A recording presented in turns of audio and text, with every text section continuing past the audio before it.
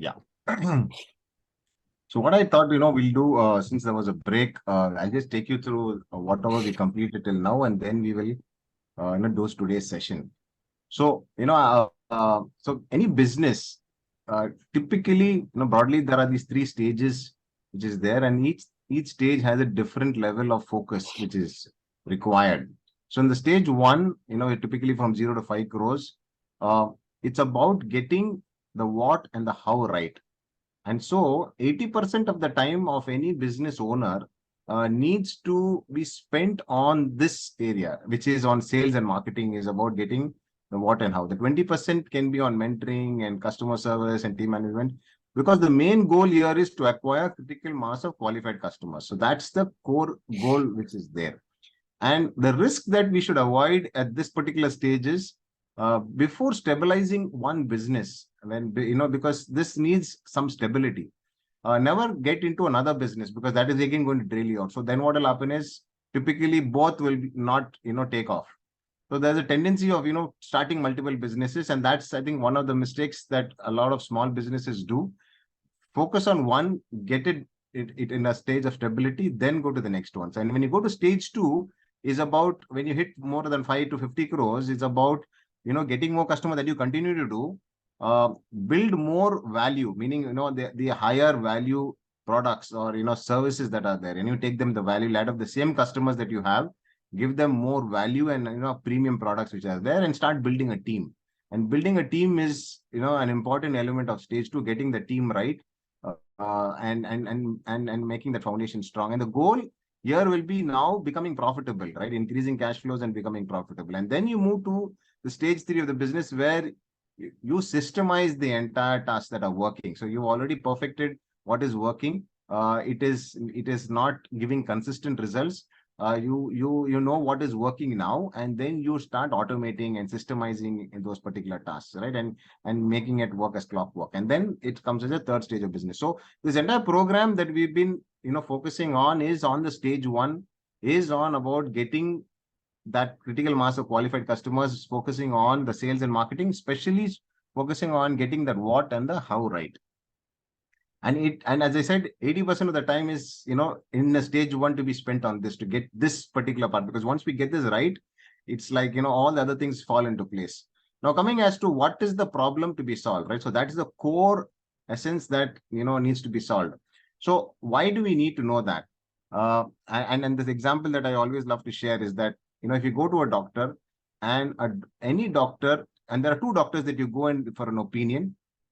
A doctor who is able to tell your symptoms more better than you can articulate it yourself, you will automatically, naturally trust that doctor, right? That doctor may not have the right solution, but a doctor who is able to very clearly articulate the problem and able to explain it better than the person who's experiencing that problem will always be looked upon as a person of authority in that area. And there will always be a subconscious, already the person is sold that this person will have the solution that I'm looking for, right? Which is there.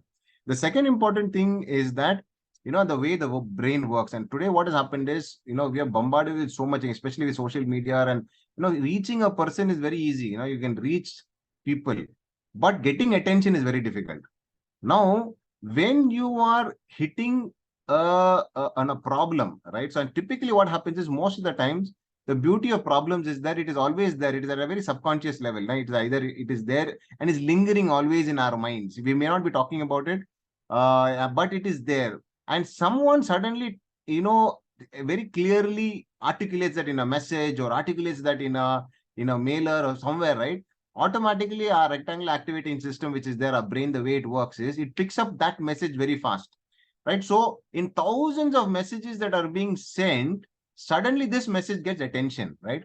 And these messages that get attention is are messages which focus on the problem. And that is the reason, if your mailer has to work, marketing has to work, your digital marketing has to work, it can work only when you got the problem identification very right. And once you know that, and you are communicating that consistently, your ability to connect with customers, your ability to get the attention becomes much more easier.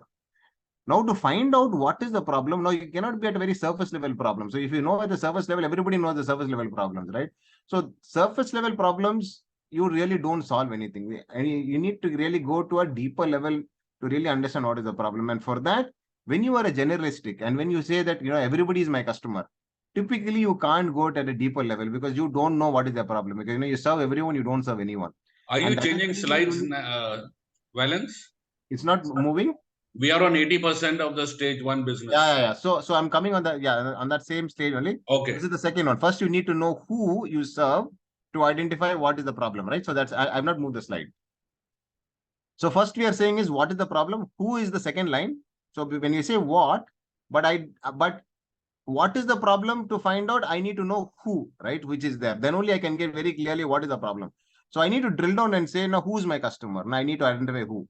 Now to go and identify who is my customer, I need to again go and identify now what is the market that I'm trying to, or my niche that I'm trying to focus on, right? And when I come to that niche, when I know what is that niche, then I know, okay, from that niche I need to know who's this customer in that niche, and then I go deeper for that customer. What is the problem that I solve? Because when you go narrow is where you can actually go deep.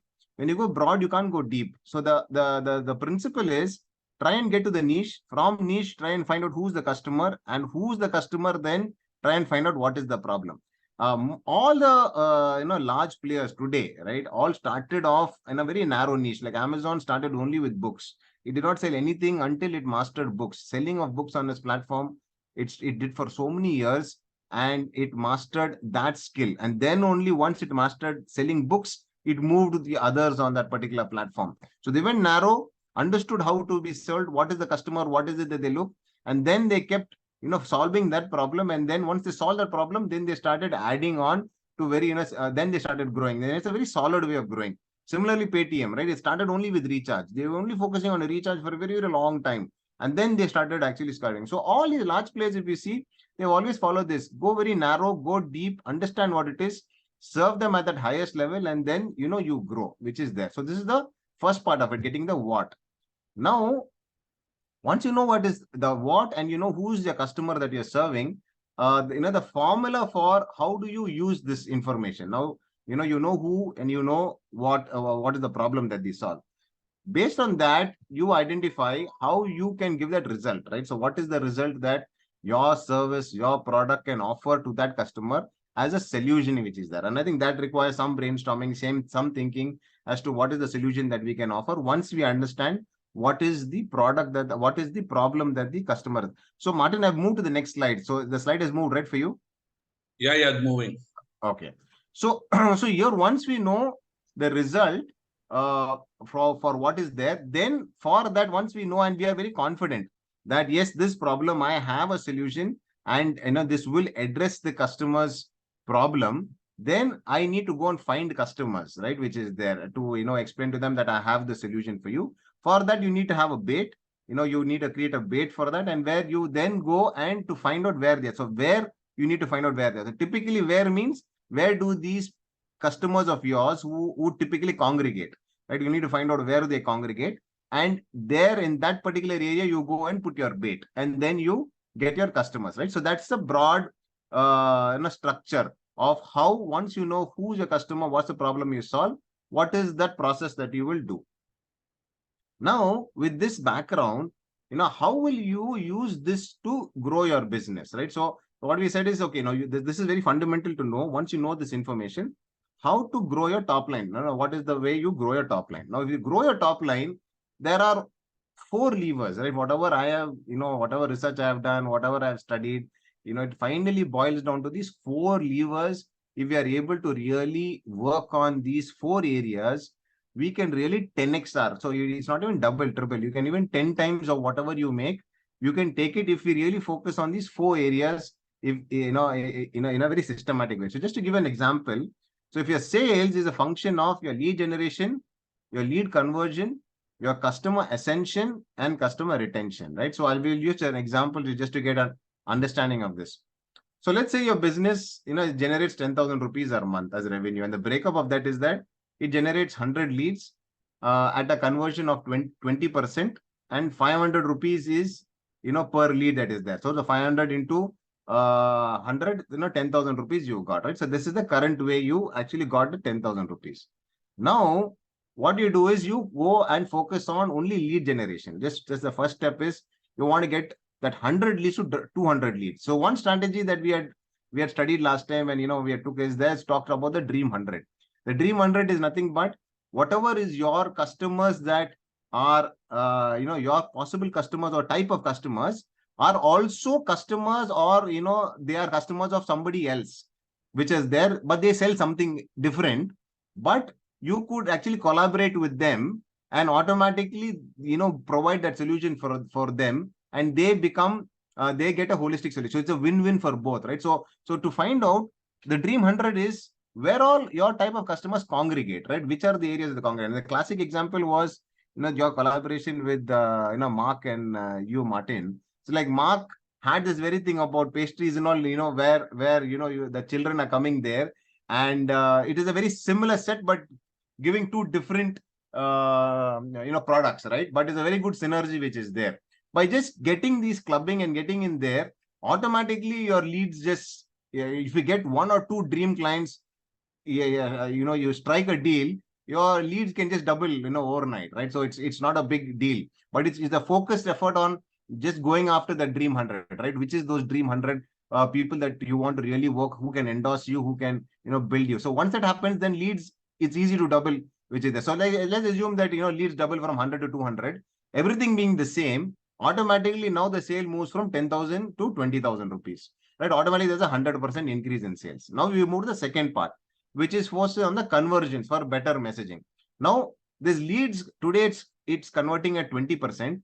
If we are able to get a better offer, right, or we are able to reposition our message, we are able to clearly target it, understanding the problem better, messaging better, and we are able to, get a good offer that is there, we should be able to double that, even our conversion. So suppose, we double our conversion from 20 to 40%, automatically, now that leads are 200, now the sales become double, right? So it'll be on sales at 240% conversion, it becomes 40,000 rupees.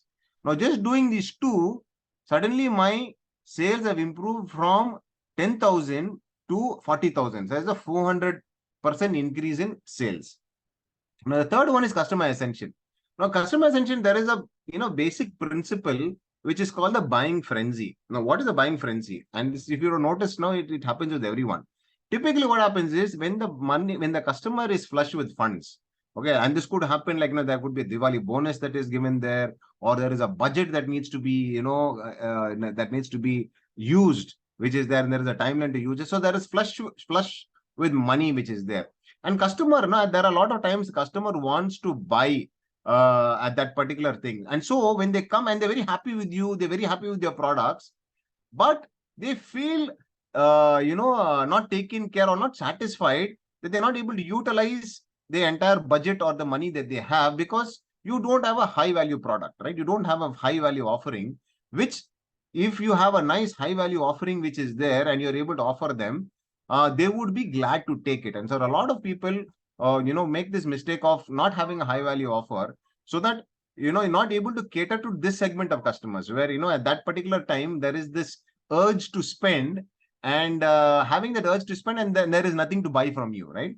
Suppose you go and create a high value offer, right? So now you create, a really high value offer. And it's not marking the price up, but it's creating a very valuable offer for this price. So you may offer 5,000, and you create this new offer, a new valuable offer which is there, and then you notice that 10% of those people who are converting, right, which is there, they buy this particular offer. So now there are 80 people who bought last time.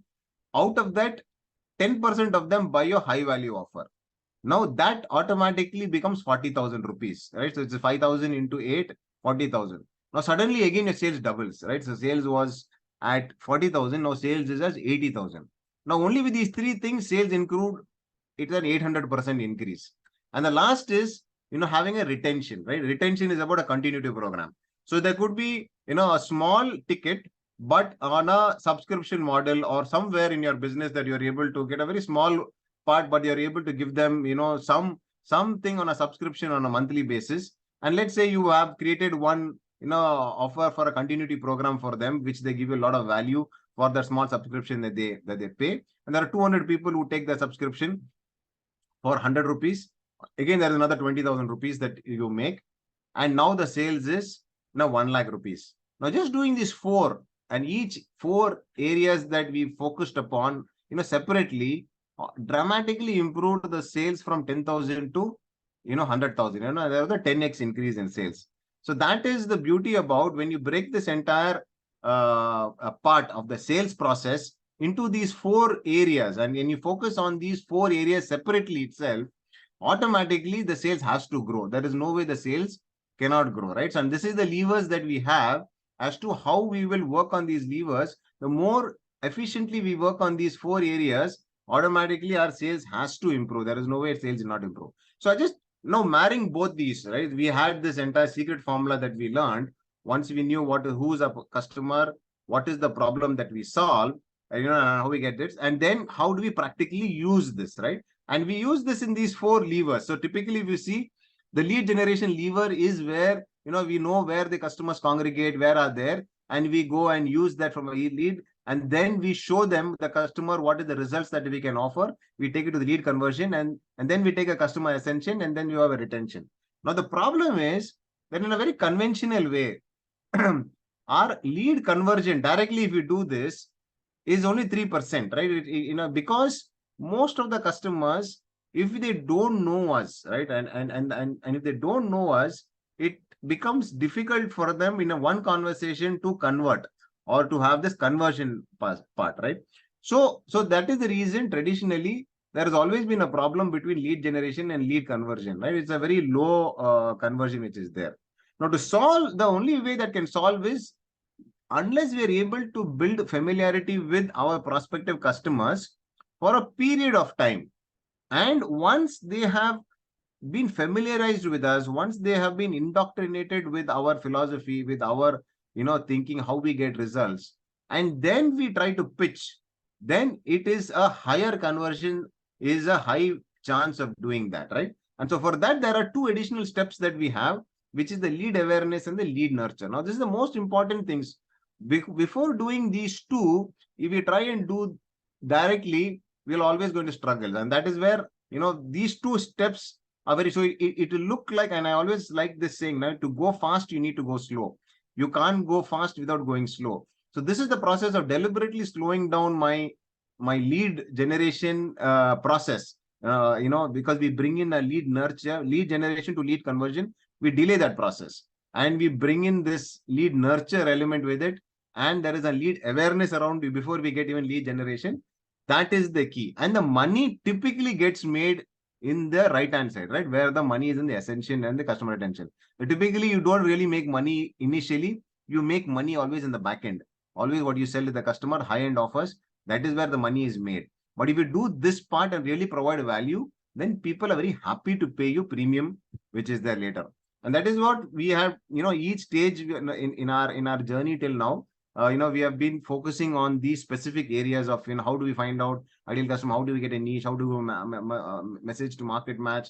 We had a dream 100, we have done the bait creation, attractive character, and we have, till here is where we are taking the journey in our classes, which is there. And so today we will focus on the lead conversion step, right? So this is the step, very critical step, as and this all the earlier steps are done well, then this step improves. So there is always a very interconnected play which is there. The more better we are at the beginning steps, the bigger benefits that we see in the later steps, right? So that is the core learning that at least I've been having on this entire process. So today what we will do is we will focus on before even we go to the lead conversion, or even before we go to the sales conversion process, there is another one very important element, which is element. We'll go deep in that one small element today, but I thought we'll just do this one class of getting this deeper element, because I think this is the foundational element which I have seen making a big difference to people when they sell. If we get this right, selling becomes easy.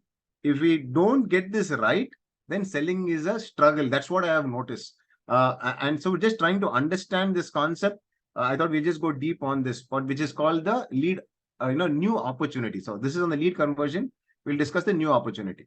Now, I'll just give a background as what do I mean by a new opportunity and why it is very important, to understand this concept.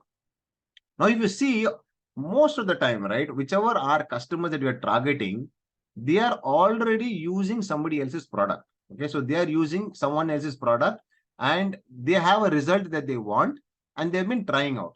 Now, whenever there is a customer who is using someone else's product, there are three types of customers that are there. Okay, one set of customers will be damn happy with the existing person, right? They get all the results. So like they are the die-hard fans of that particular product or whatever they're using. So there will be this. So it will be a waste of time for us to even target such type of customers, right? So they are like die-hard fans there. There will be a second type of customers who have got some results. They've been getting some results, but they're not very satisfied that they got the complete result from them. And then there is the third set of customers who have not got any results from this particular product or whatever that they're using, and they are already in a frustrated zone. And so our job, right, and our target is how do we attract, okay, this second set, right, which is got some result, but they're not satisfied, or they're not satisfied after they have tried something, is what is the most likelihood of these customers trying us or trying the new person who is trying to offer something, right? Now, there is a catch here, right, which is there.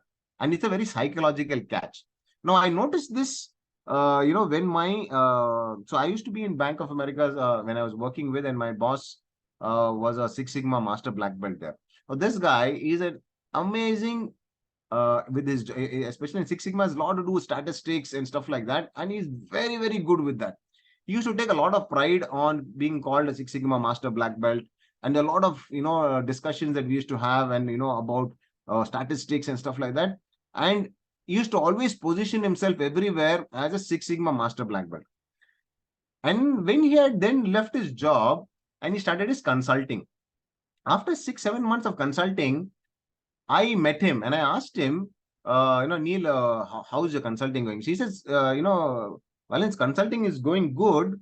But he says, Valence, the problem that I have, when I position myself as a Six Sigma consultant, I'm having a problem. I see that my business is not coming, right? Which is there. How good I am, but when I've taken Six Sigma, I tell them that I'm a Six Sigma, people typically then don't really, they just, that deal doesn't go through. And then he made a very good observation. So he says, what I did is I stopped calling myself a Six Sigma consultant now. Okay, I don't use the word Six Sigma at all. I do the same thing, what I would normally do, what a Six Sigma consultant would do, right? They set processes in such a way that you really satisfy customers and you get excellent customers. And those customers, then through those customer service that you do, your business grows, right? So that's what actually a Six Sigma consultant typically does, and a Six Sigma main job that is there. So he says, I just repositioned myself and I said that I never call it Six Sigma. I never call this entire word of Six Sigma there. I just said that, we helped build a framework that will delight your customers. And these customers will help you build your process. And I will show you how this is done, right? And he shows them a framework. And clients are sold to it. So he says, when I stopped telling about Six Sigma, and when I started telling them about the result and the framework that I use, I suddenly started, connecting and, converting deals. So that, that time maybe I was not able to appreciate what he was saying, but, he just made a passing remark and I was not able to understand the significance of it. So the more and more I was reading, and then I was slowly trying to get the significance and why it is such an important thing to be relevant. So I was, looking at even the Bible, right? And this is all about being unique. When I say new opportunity, is about how do we position what we offer as being unique and it's something new. Now, if you look at Jesus Christ, and this is a very beautiful example, right? What does the result a man wants? Result a man wants is salvation. Okay, so salvation is something that we look forward to, and all ages it was always there. Now, the old law of Moses said that you follow the law, you will get salvation. And the law required like animal sacrifices, and there are so many other laws that were there. There were like 613 laws to be followed, which is there. And typically it was a very hard working, way of getting salvation, a very difficult way of salvation. You do everything and still there is, you falter, which is there. That's the old law of Moses. Now, if you see Jesus, again, the result was salvation. But Jesus said that if you have a broken heart and a contrite spirit, you can get salvation, right? You have asked for mercy and you have a broken heart, right? You get salvation. Now, Jesus did not change the law, and very, very clear, right? Jesus did not change the law. He just showed us another way, another easier way to follow the law and get salvation, right? Which is there. And so the result was never changed. The method of how it is getting was made something new, right? There was a new way of doing it, and the new way of doing it, people adopted, right? Which is there. And the key is about replace what is not working, don't try and improve it, right? Which is a lot of times we have this tendency of looking at something that is doing well and we try and improve it. That really doesn't give a real benefit. The real benefit is, can we just create something new? I mean, when you create something new, some magic happens, right? So, for example, the results what customers wanted is a choice of multiple number of songs and easy to use, right? The improvement was CDs had 10 to 15 songs, MP3 player had 150 songs. You take a hard drive, 1,000 songs you could put. But iPod changed everything, right? They can carry the entire library in their pocket. Spotify made it even better. They took it on the cloud and make it so easier. That creates a completely a new opportunity, a new way of doing the entire particular thing, right? And then the adoption is much better. Similarly, weight loss, right? An improvement is different type of exercises, different type of diet plans, right? Each plan, there's a different type, right? But the new opportunity was intermittent fasting. Intermittent fasting, completely different way. It just says that, you have this fast for so long, you eat this interval, but you eat anything that you want, right? There was no restriction at the time of what you can eat, but as long as you fast in that particular value there. Completely different way, a new opportunity, it completely took off. I had this experience of, even this maths teacher. Now we shifted into this place. But the place where we shifted, one of the biggest problems that I had was, getting access to a teacher for my sons, right? And especially once comes late here, the access becomes very difficult. So I was wanting an online teacher to teach my son. My son was, very against online. He said, Papa, online really, I don't get the, even though there is even a lecture on online class, I'm not able to study in an online class. And when I was doing all my research and suddenly, so if you look at this, a good maths, that we have videos only, we have live classes on a digital mode, right? So this is also an improvement from the physical mode, which is there. But Q Maths, I saw the very beautiful thing that they did. They merge both the two. So what they have is, so they have, it's an online, and there is a system that teaches, and it doesn't give you the answer, right? By name is a Q Maths, right? The concepts are always taught, and in a thought in such a way that the questions are asked, it's a cue that is given, and the student is supposed to find that out, and when he solves that, automatically then he gets the concept. And when the student gets stuck, there is a a button there. He just presses the button. Immediately there's a one-on-one help from a teacher that comes on the screen, and my son is able to ask the teacher explains to him, then he's able to get his maths done. So it's not a lecture mode, it's a help mode when required. So what is happening to the teacher also? The teacher is able to do 1 into 4, right? So even it's like it is looking like it is a 1-to-1, but the teacher has got 4 students parallelly doing it, and whenever the student needs help, the teacher is immediately available. Beautiful way, very effective way, and again, it's a completely new opportunity. This is another one thing that is really taking off. So the concept what I want to say is that if you try and improve drastically, when the breakthrough doesn't happen, but if you're able to do something new, then there is a breakthrough that happens. And now coming back to why this happens, right? And why do people behave, in a normal improvement and a new opportunity, why there is a difference? Now, the first difference is that whenever someone tried something, right? What you're trying to do is, when we go and give them and say, I'm giving you better of that, unknowingly or subconsciously, we remind them of that past, right? We remind them the past of that mistake, that the difficulties that they went through and the pain that was associated with it, which made them did not get the result that they want. So in that example that I was talking about, Six Sigma, what I realize now is that whenever my ex-boss used to go and talk to consultants about Six Sigma, unknowingly he used to trigger a pain into them, because these guys, sometime they must have tried Six Sigma in a way, but it did not work. Okay, and it did not work, and maybe the person who did it, the method, the person who explained that, there's so many things for it to really work. And so what they really got frustrated with, saying that why this is useless.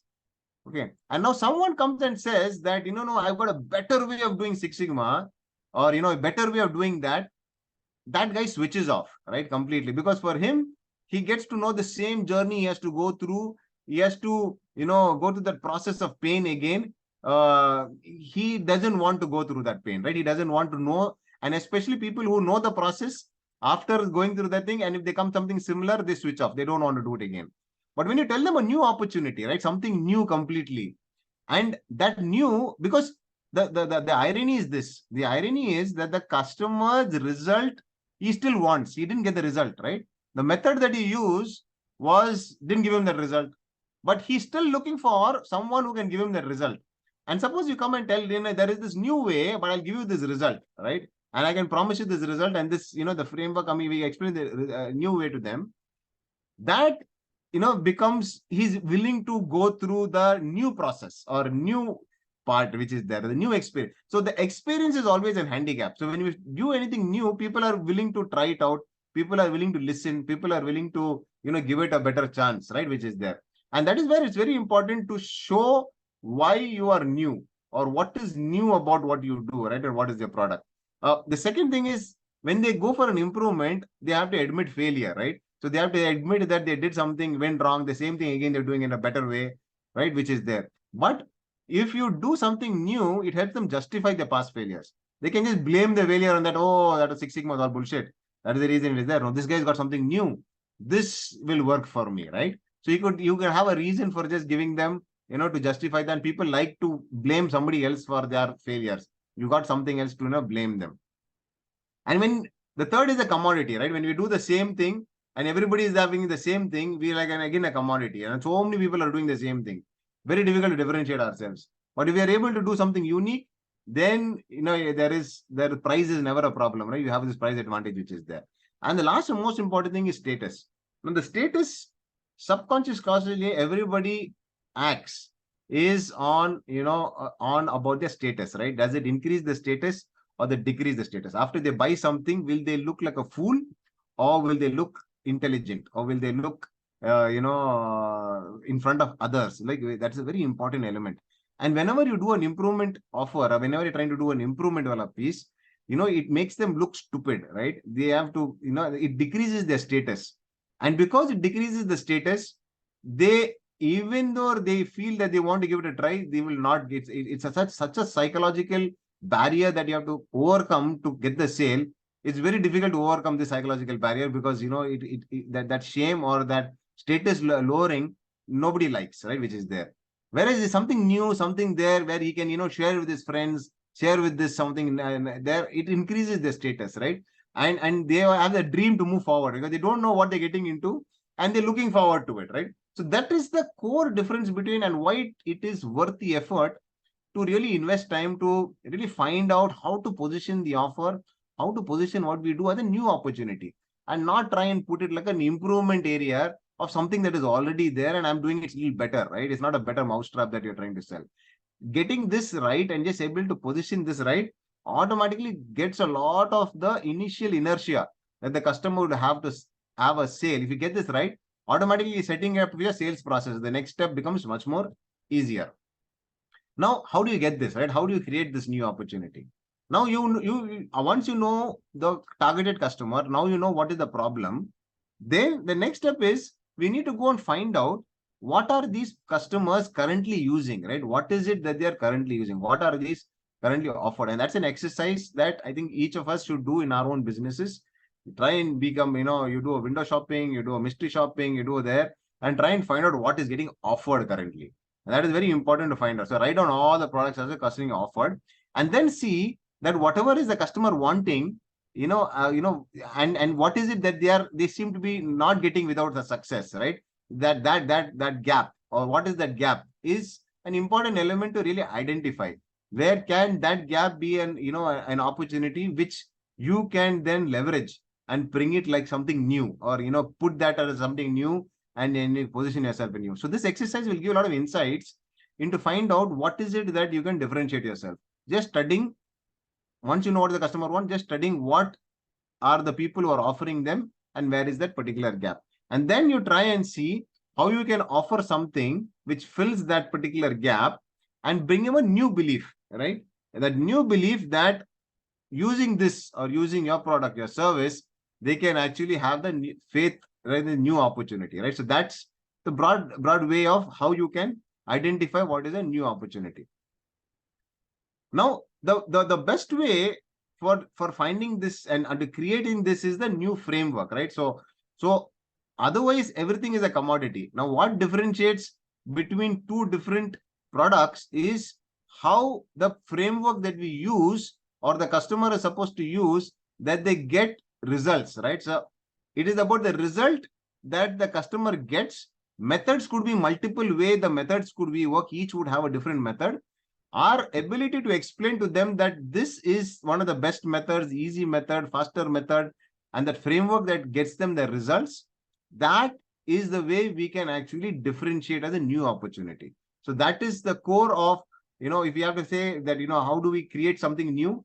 If we can create a new framework or a new process or a new way that can help customers get a result, and we're able to explain that better, we are automatically, working at that second level of value. And I said, in one of the classes I had explained 4 levels of value that are there. When we are communicating an area of a framework or steps which customer can do to get those particular results, and maybe the product or service is one part of that step, right? You may not be completely giving end to end. There may be certain things that the customer has to do himself, but the customer should be aware that all this has to be done for him to get his particular results, and you're educating the customer, right? And you are automatically, when you're educating the customer, you are moving from selling a product to selling results, right? And automatically you're differentiating yourself there, and that puts you on a different value map, right? You're moving into a communication zone where you're able to communicate to customers how do they get particular results. So for an example,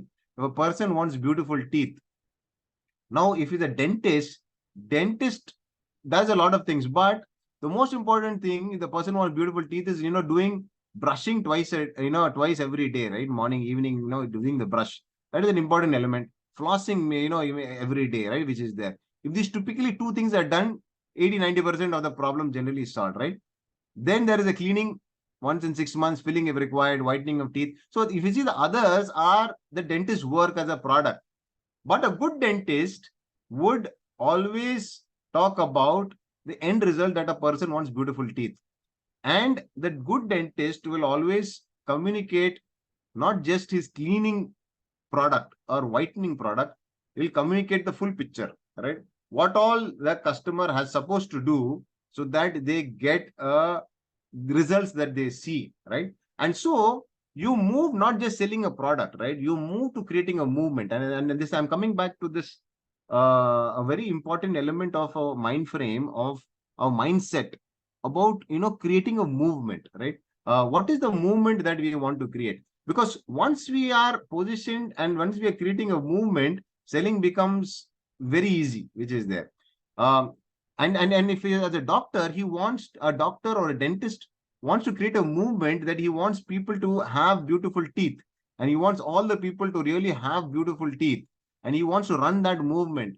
The way he will communicate, the way he will operate will be at a completely different level than a dentist who's only thinking of, who will come to my clinic, I will only give him cleaning.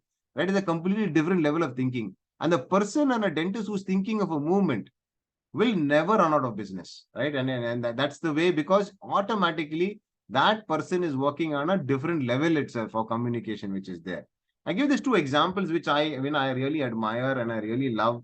these two guys, which I've seen them really master this. One is from outside India, one is, from India, which is there. Now, Russell Brunson is the guy I follow a lot. A lot of things that I teach is, what I follow from him. And if you look at him, his core result, his customer expects.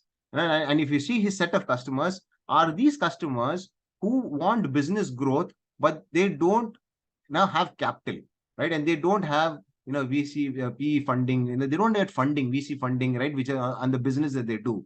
And that is the core type of customers that he, he builds a movement around.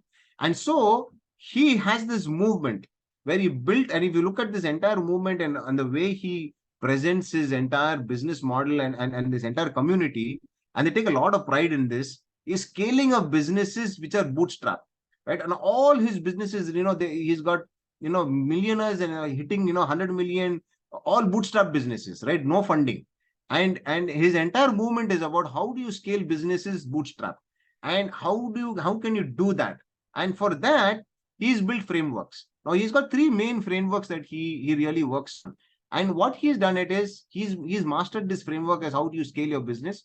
And he uses these three frameworks in three books. Now he's written three different books. They're called the dot-com secrets, expert secret, and the traffic secret, right? The dot-com secret is how you create funnels. I mean, how you create the framework for your funnel.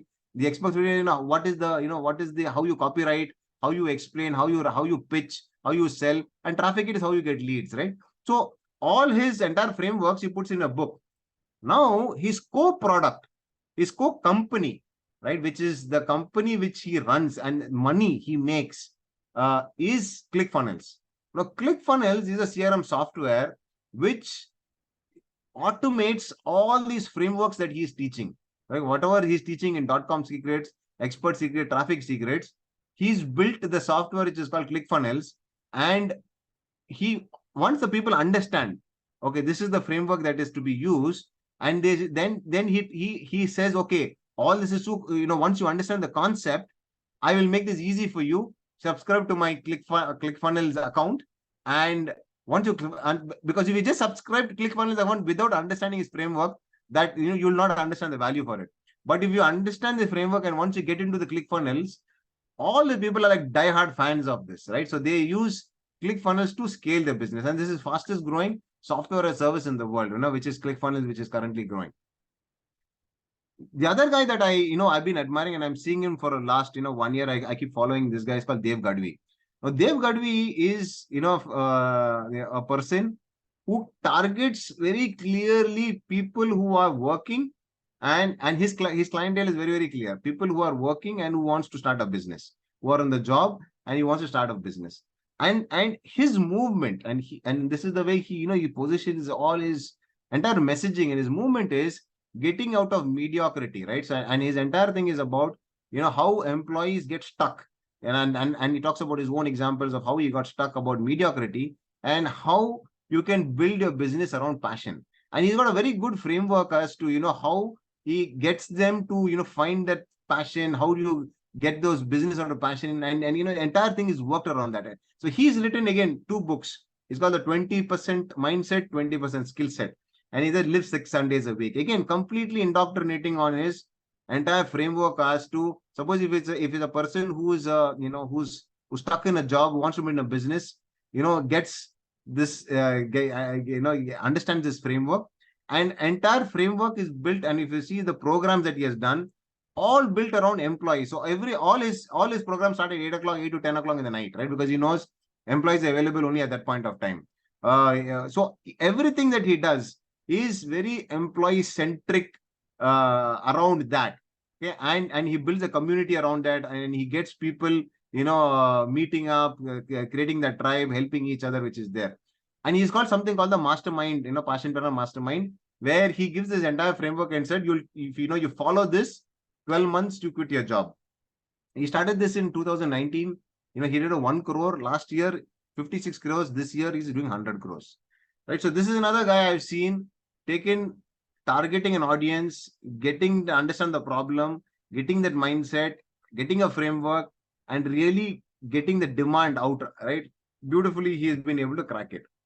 And so the core learnings now is that publishing content, right, doesn't get you a sale, right, but it positions you differently.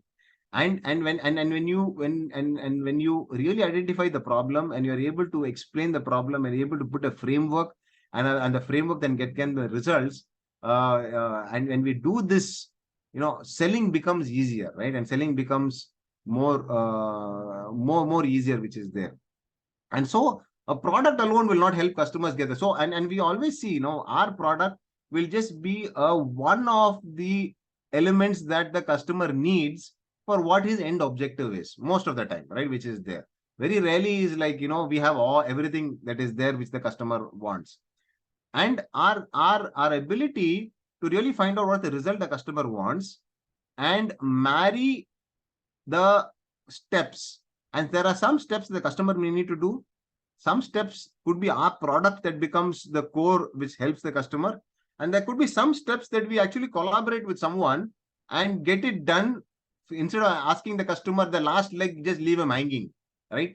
Get that entire fixed also, so that in one place he gets the result and you're able to really get that entire result for that particular customer. I think that is that core, and that is what differentiates.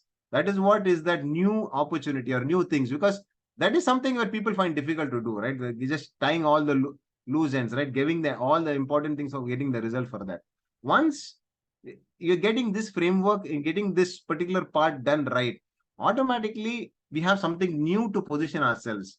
To when we talk to customers and we explain to customers, we can give that new opportunity. And when we tell about a new opportunity, it automatically puts us at a different level and puts us in a good position where once then we do our sales process, right, which is about the sales process, which we will talk in the next class. It becomes easier, right? The conversion becomes easier. So this is the exercise that is, I wanted, if you can do, which is there for this week, is about, write down all the product services your dream customers have been using without success. Just do some research. What is the first you should know what is the result they want. Find out what is it that is there. And once you get that gap, then try and see, what is it that the new opportunity to position yourself. You may be already having it, fantastic. Don't have it, can you, look at it, some new opportunity that is there, that you can position yourself in a very different way for customers to get that result.